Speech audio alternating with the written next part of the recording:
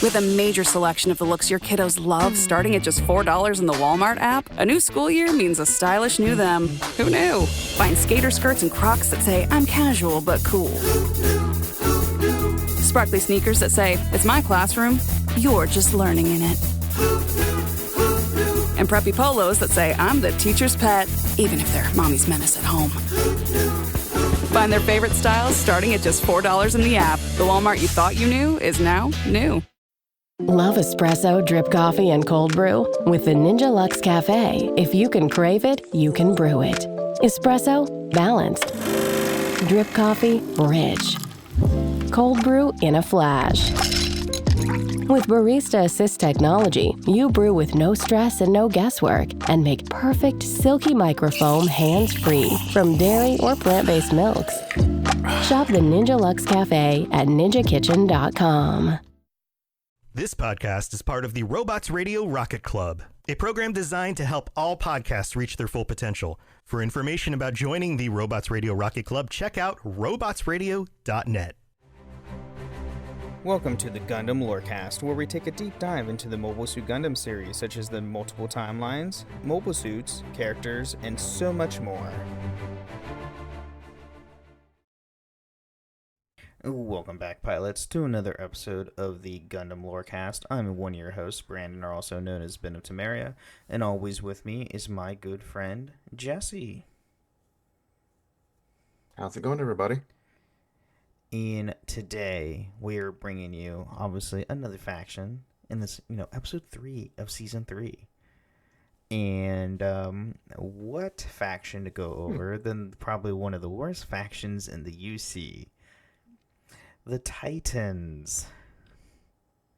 Because they're a bunch of a-holes. They suck so much. They are terrible people. They are absolutely terrible. Just bad. Just bad people. So bad. So, the Titans are the antagonist faction introduced in the anime Mobile Suit Zeta Gundam. They are also featured in Gundam Sentinel and Advanced of Zeta, the Flags of Titans. Their original intention was to defend the Earth Federation against supporters of the former Principality of Zeon, as well as to investigate Zeon sympathizers. Well, oh boy, did that not happen. Like, at all. They did whatever they wanted, and it had nothing to do with what they were supposed to be doing. Mm-hmm. So, however, they eventually turned rogue, allying themselves with the Axis Zeon. What? In order to fight against the anti-Earth Union group, in an attempt to gain control over the Earth sphere, they were all wiped out by the AUG at the end of the Gyps conflict. Yeah. They're a bunch of idiots. They're just specifically one of the pilots that I desperately hate with a burning passion. The one that kept going after Which I think Camille. is the point. I forget. Which is kind of the point. I forget. Does he die? I don't remember. I don't remember. I watched it all of it and I don't remember. So, the Titans were an elite autonomous counterinsurgency group whose purpose was to hunt down the remnant groups of the former Principality of Zeon and any other anti-Earth Federation organization.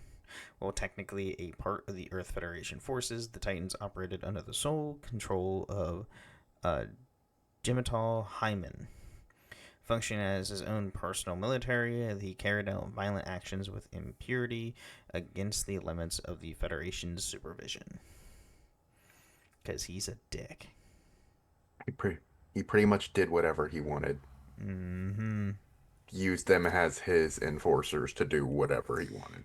I hate this man so much. Yeah, he was such a bad person. So the Titan ranks were primarily made up of pro-Earthenoid soldiers, most of whom harbored heavy anti-Spacenoid sentiments and were known to use muscle and imitation tactics to enforce their ranks, even against civilians, fellow Federal soldiers, and lesser Titan officers. Yeah. In other words, they're that group of people who was like, if I'm stronger than you, then I have the power. Yeah, and hence why they had a lot of turnover where people Yeah, left the Titans and joined the AUG. exactly. I mean, we see that in episode 2, episode 3 Yeah, it happens a lot of of times. Zeta, like right off the bat. Yeah. Even though the Camille, for some reason, hates everything in life. He really does. He hated a lot of things in life. I don't understand it. Anyway, He's just an angry child. oh my god, he was an angry child. So, getting into the history of the Titans, with their origins. So, the Titans were formed by the Federation Council in UC 0083 following the events of Operation Stardust, where the Federation lost over half of its space fleet in a nuclear attack perpetrated by the Xeon Loyalist Remnant, the Delaz fleet, shortly before they committed a colony drop on Earth. Again. Because Xeon, not good people either. No. But No. Oh god, no. to be honest, most of the factions have something bad in the UC. Oh god, yeah. The Earth Federation's definitely not perfect. I mean, look at Yeah, all they're the original they're Mobile pretty Suit Gundam bad. series. The Earth Federation did Yeah. jack anything for the white base. Like at all. Yeah. So The white base was on their own pretty much the entire time. Mm-hmm. So, convinced that Xeon remnants remained a legitimate threat, Federation's senior financial officer Jamatov Hyman argued that the creation of a special forces unit was with the ability to act outside the law, stating that the safety of the Federation was of greater importance than the civil rights of the Federation citizens. Well, first off, that's your first mistake. Trying to go outside the law and just say screw the standard civilians. Bad choice. Yeah. So as time went by, this force became more and more powerful, and its objectives eventually expanded to include all those opposed to the Earth Federation, and the citizens began to resent it. On July 31st, UC 0085, a massive yet peaceful protest was held outside Side 1's 30 Bunch, the 30th colony in Side 1's territory, against the action of Titans, but soon turned into chaos with riots breaking out throughout the colony. Not great. No. Oh no.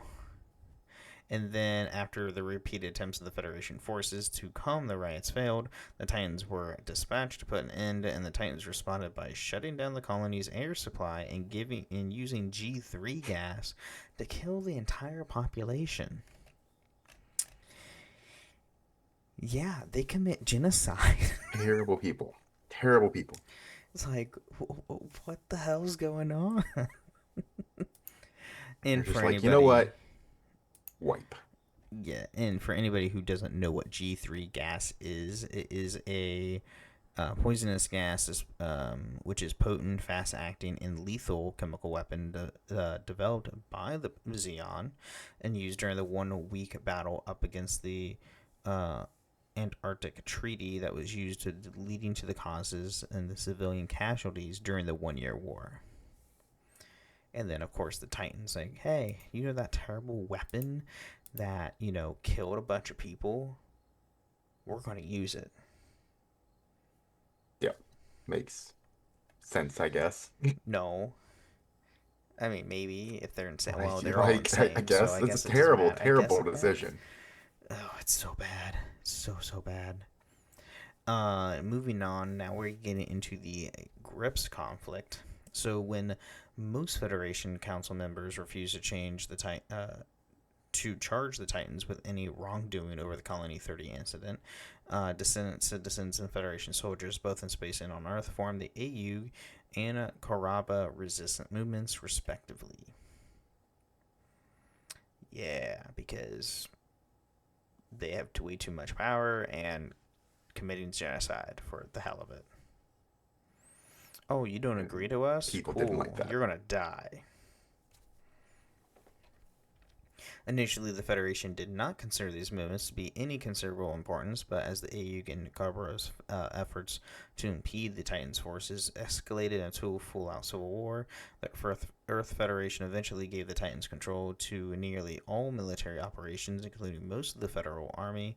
Instead of resolving the issue, this only widened the conflict. Yeah, that makes sense. Yeah, it's not good if you hey. Give the power-hungry, violent people more power to be violent. Mm-hmm. Yeah, and by the way, they have Gundams. Just giving you a heads up here too, which is not good. Right. So the kind of ruins cruelty, everything. right? The cruelty and oppressive nature of the Titans were eventually exposed when the AU captured the Federation Capitol building in Dakar during a televised assembly of Federation leaders. The Titans attempted to silence Char Ensemble, who was making a passionate speech about humanity moving into space before denouncing the Titans, though the use of mobile suits in populated areas of the city with complete disregard for its citizens. And by the way, you see this in Zeta Gundam, and it's bad. It's bad. It's really bad when Char is right about you for something like that. Like, somebody as bad as Char is right about you, There's a problem. be terrible, or is against how violent you are, there is a serious issue. Yeah, that's bad. It's real bad. So their actions and brutality were caught on camera, which was broadcasted to the entire Earth sphere, forcing the Earth Federation to publicly acknowledge the monsters they had ultimately created. With both public support and Federation opinions slipping from their hands, the Titans were effectively forced into the offensive, which resulted to them ironically allying themselves with the recently returned Axis Zeon forces, the very thing they were formed to oppose. Ridiculous. Hey, Not overly surprising, but ridiculous. It's just like the Batman line from Batman, or from the Dark Knight, where you live, you become, what was it? You're essentially the hero, and you live long enough to become a villain, or something like that. Yes. It's essentially a change of a quote from, I think, Nietzsche, which essentially is, when you fight the abyss, you have to avoid becoming it yourself, essentially. And you become the abyss. Yes. So it's in die a hero or live long enough to become a villain. That's what it is. Yeah, that's what it is. But yeah, they straight up become the villains. Which they were the villains to begin with anyway, so right. Really didn't change much. And then towards the end of the Grips conflict, the AU successfully captured the Titan's Grips 2 colony laser, which was used to wipe out the majority of the Titan fleet, with their leadership eventually lost in the ensuing three-way conflict between the AU, the Titans, and the Axis forces. Yeah. It was ridiculous. It was pretty bad for them. AU is better anyway. Like, man, they're the good guys of Zeta. So, because you have the Zeta Gundam. Exactly. In the Mark II, which the Mark II is pretty sweet. It is. Not gonna lie. But at this point, we're going to take a quick mid break. Thank our listeners, and we'll be right back.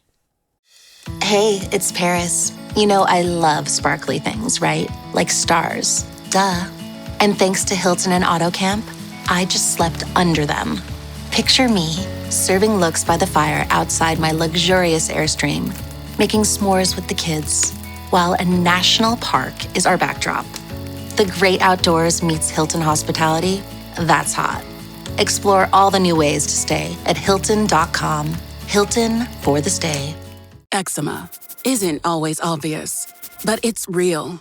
And so is the relief from Evglis. After an initial dosing phase, about 4 in 10 people taking Ebglyss achieved itch relief and clear or almost clear skin at 16 weeks. And most of those people maintain skin that's still more clear at 1 year with monthly dosing. Ebglyss, lebrikizumab LBKZ, a 250 milligram per 2 milliliter injection, is a prescription medicine used to treat adults and children 12 years of age and older who weigh at least 88 pounds or 40 kilograms with moderate to severe eczema, also called atopic dermatitis, that is not well controlled with prescription therapies used on the skin or topicals, or who cannot use topical therapies. Ebglyss can be used with or without topical corticosteroids. Don't use if you're allergic to Ebglyss. Allergic reactions can occur that can be severe. Eye problems can occur. Tell your doctor if you have new or worsening eye problems. You should not receive a live vaccine when treated with Ebglyss. Before starting Ebglyss, tell your doctor if you have a parasitic infection. Searching for real relief? Ask your doctor about Ebglyss and visit ebglyss.lilly.com or call 1-800-LILY-RX or 1-800-545-5979.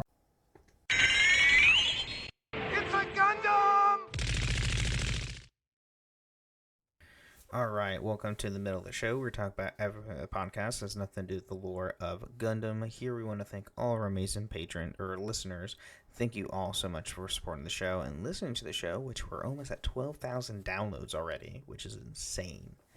We just hit over, 10,000 just like a couple weeks ago. Now we're almost at 12,000, which is insane.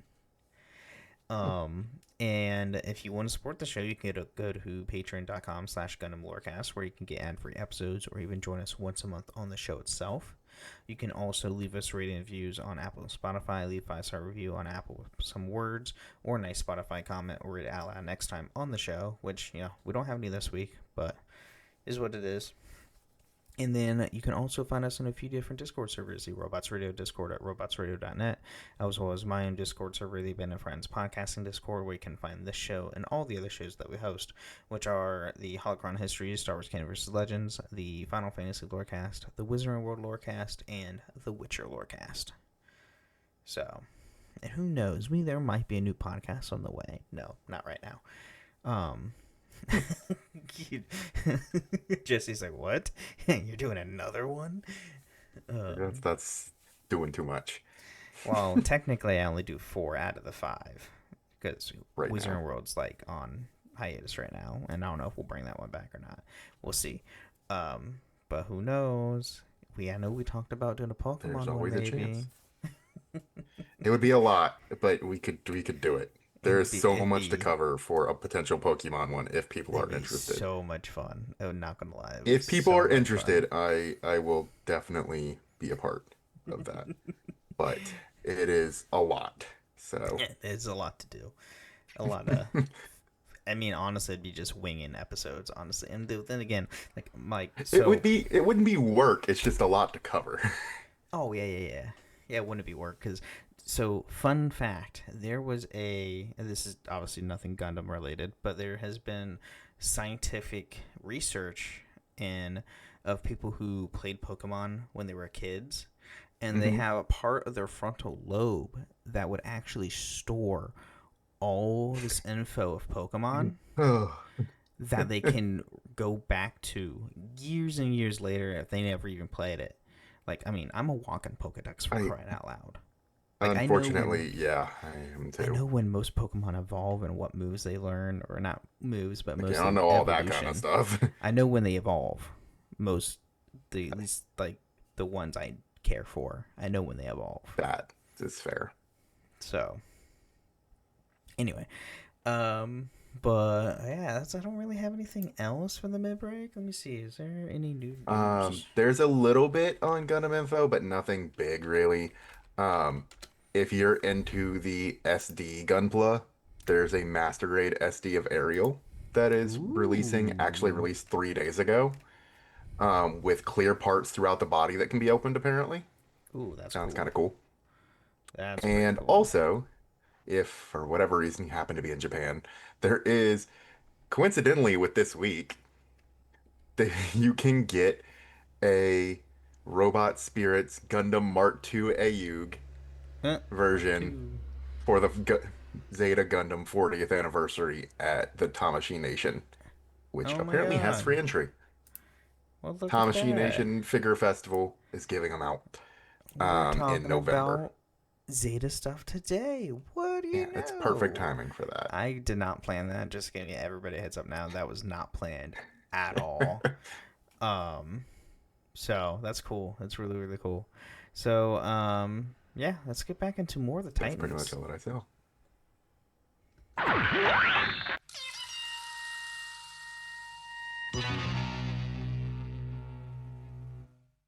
USAA knows dynamic duos can save the day, like superheroes and sidekicks, or auto and home insurance. With USAA, you can bundle your auto and home and save up to 10%.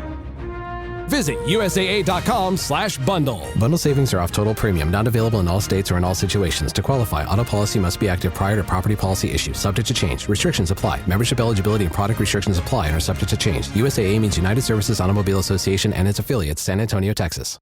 Does it ever feel like you're a marketing professional just speaking into the void? Well, with LinkedIn ads, you can know you're reaching the right decision makers. You can even target buyers by job title, industry, company, seniority, skills. Wait, did I say job title yet? Get started today and see how you can avoid the void and reach the right buyers with LinkedIn ads. We'll even give you a $100 credit on your next campaign. Get started at linkedin.com/results. Terms and conditions apply. So now getting into the Titans' legacy, if there has to be one.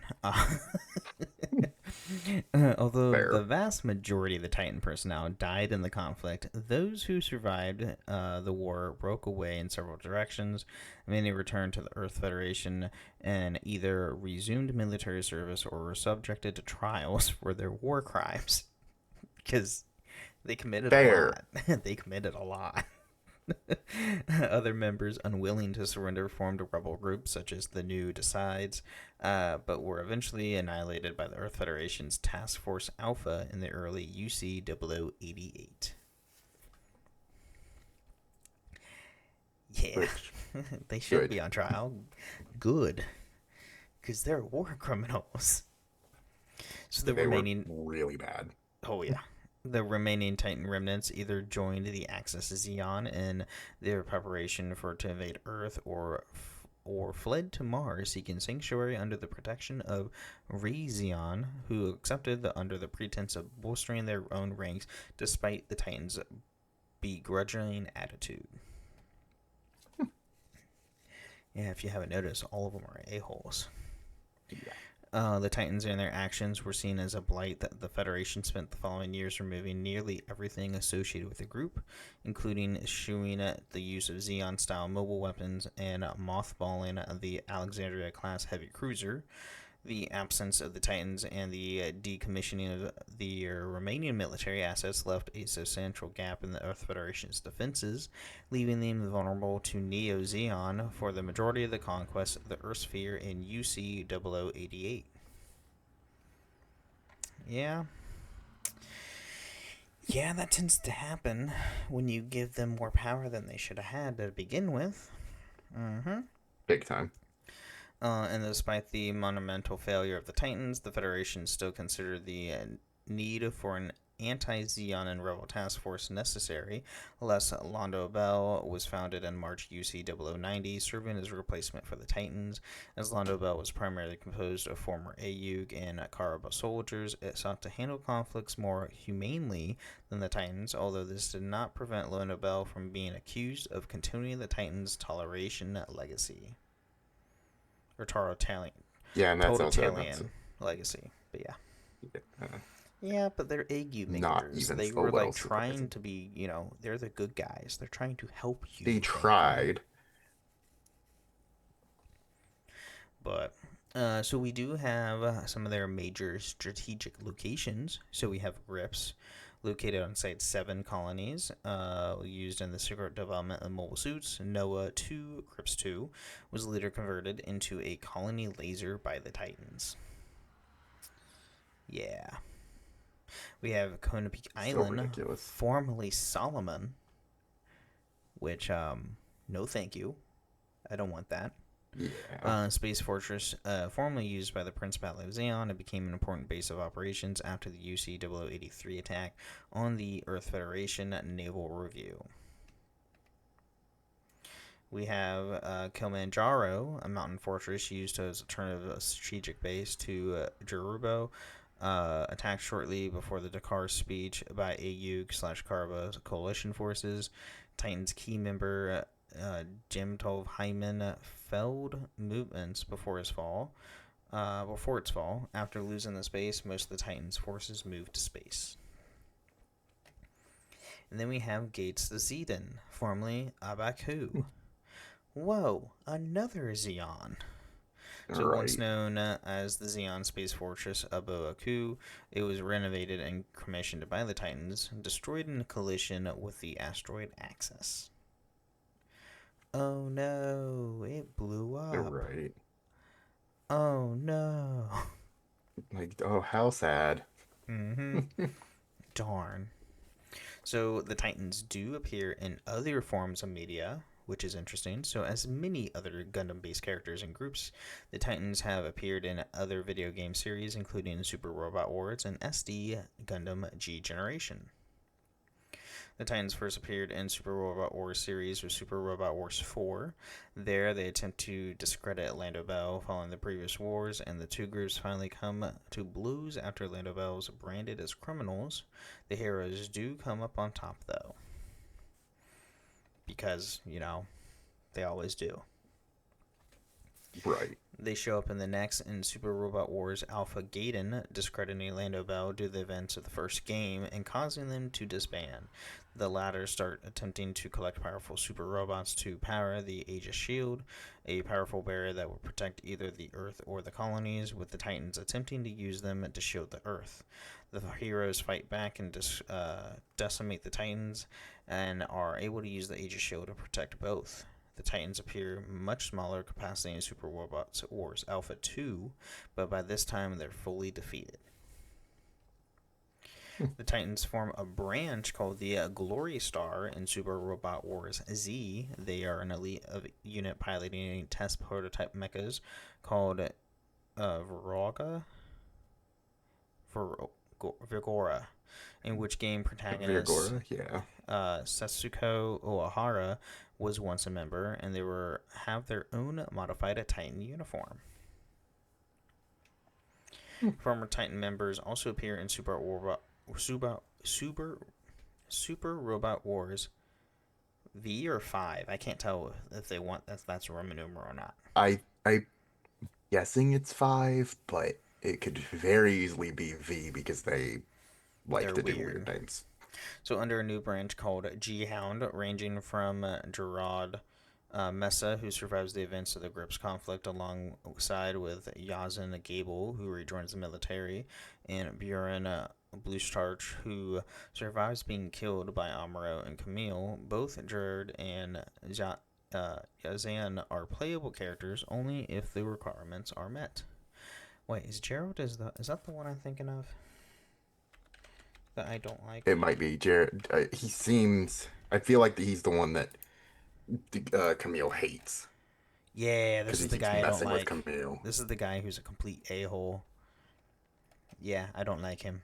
He can die. That's fair.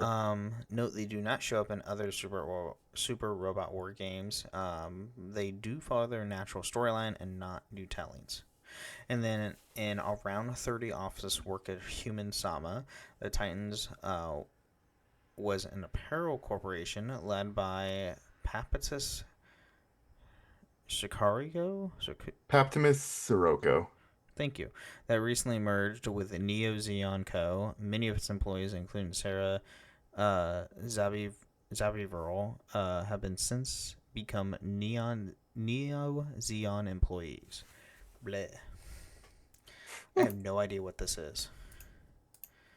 What is this? It is a manga written and illustrated as a serialized the Gundam Ace since 2020. So it's a Gundam-based, slice of life thing? Sounds like it, yeah. I mean, Hamon's in it. As Fantastic. a cutesy-looking version of her office character. Interesting. There are 4 volumes currently. This is a comedy manga about Hamon Karn as a modern corporate section chief at an apparel company named Neo Zeon dealing with her insecurities of being a 30-year-old office lady. Fair enough, I guess. What the hell? I guess. Oh my god. And it's literally the cast of like Zeta and Double Zeta are in these mangas. It's Because they have characters apparently from even they have Amuro's characters in it. Yeah, they have characters from Zeta, Double Zeta in this. This is what the heck? That's so weird. There are cameos by Hathaway. Hathaway Pleatu's Noah cameos. Alan B. Beardsley cameos. Oh my god. Wait, Alan B's Bru in it? Ramius. I'm looking at the cameos. Domon, Rain. Oh my god, so they have a bunch of just random characters in it. That's Haro. fantastic. Hathaway's in it. I love it. I absolutely love this. Garma Zabi, who is dead. In the Christina original McKenzie, series. she's one of the main characters in War in the Pocket. Interesting. Domon, Rain, Chippity, Allenby, Mir Campbell. That's from Seed. Mir Campbell's from Gundam Seed. It was the what's her name's lookalike from Destiny. Shoot, Kira's romance. Yeah, I'm staring at it. Okay. Lacus, thank you. God, I don't know why that just left. I was staring at it. I couldn't think of the name for a second either. I get it. That's funny. All right, so now notes and trivia. So a number of factions introduced in later Gundam series draw inspiration from the Titans, either in methods, goals, or ideology. Oz for new mobile report Gundam Wing. It's a weird name. I still hate that. I don't like that name. Was formed to combat the inherent threat from space colonists, and like the Titans, Oz goes rogue and attempts to take over the United Earth Sphere Alliance. The A-Laws in the second season of Mobile Suit Gundam 00 was founded by the government as an elite peacekeeping corps, but they went rogue and committed atrocities in order to reinforce their rules and ideals. Yeah, they did atrocities.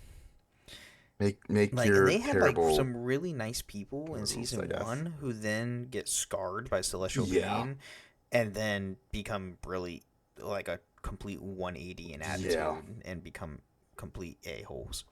Mobile Suit Gundam Seed and Seed Destinies Blue Cosmos /Logos /Phantom Pain have an ideology of Earth supremacy and believe in space factions should be eliminated, which was led by a sinister politician. And exploited an attack to further ambitions. However, Blue Cosmos usurped power much earlier than the Titans did in their respective conflicts.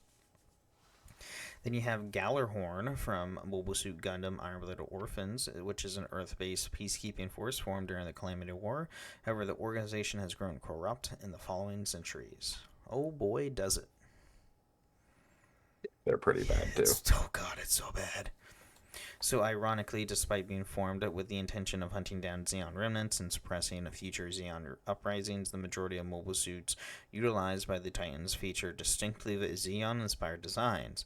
This is because many of them were developed by Anaheim Electronics after their acquisition of the many mobile suit developers employed by Zeon during the One-Year War.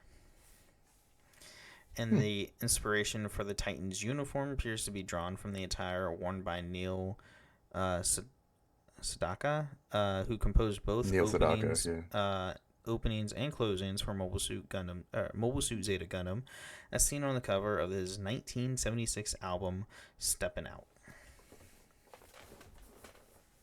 So, that's pretty cool. It is.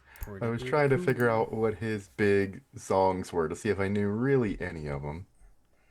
I swear, if it's... I recognize the name. No. You know the first... You definitely know the opening to Zeta. We don't talk about that. That's one of his. Yes, but we don't talk about that. That's not one of his hits. No, his but alleged he hits. He did both. He did both openings and closings of the show. So blame him for that terrible song that we get in the very beginning. God, I hate it so much. And standing in line for Gundam Base last year, listening to that, I wanted to shoot myself. Fair It's enough. like, stop He did. with this. Funny enough, so just having not gone through a lot of his songs, which I know there's somebody that's listening that's like, hey, he did this song. This song's great. He did 11 years before the song that everyone knows and loves. He released a song titled Stairway to Heaven. Oh my god, that's amazing. 11 years before the Led Zeppelin song came out. So Led Zeppelin copyrighted the name. He did say in 2021, you can't copyright a title, so Led Zeppelin, I forgive you. Oh my god, that's amazing. I love that. He said that in 2021? Yes. That was only 4 years ago. That's ridiculous considering that his album came out in 1961. It took him 40 years? The song came out in 1960. His song did. Okay, so and then The album was 1961. The Led Zeppelin song was 1971. so it took him 30 years. Yeah. To admit, it's like, no, hey, no, it's still no, that's 40. like 50 No, it's still years. no 50. Yeah, sorry, I can't do It's math. 50. It took him 50 years can't to do make math. a comment about it. Oh my god, that's funny. That is hysterical. All right. Well, I have nothing else on the Titans except they're a bunch of a-holes and no one likes them. So, and they get obliterated. don't have So anything else. that they deserve it. Do you have anything else for the I don't have Titans or anything else anything? this time. If hating them makes me a Fetty simp, then I guess that's what I am this time. Fair enough. Well, it wouldn't be a Fetty simp because they're part of the Federation.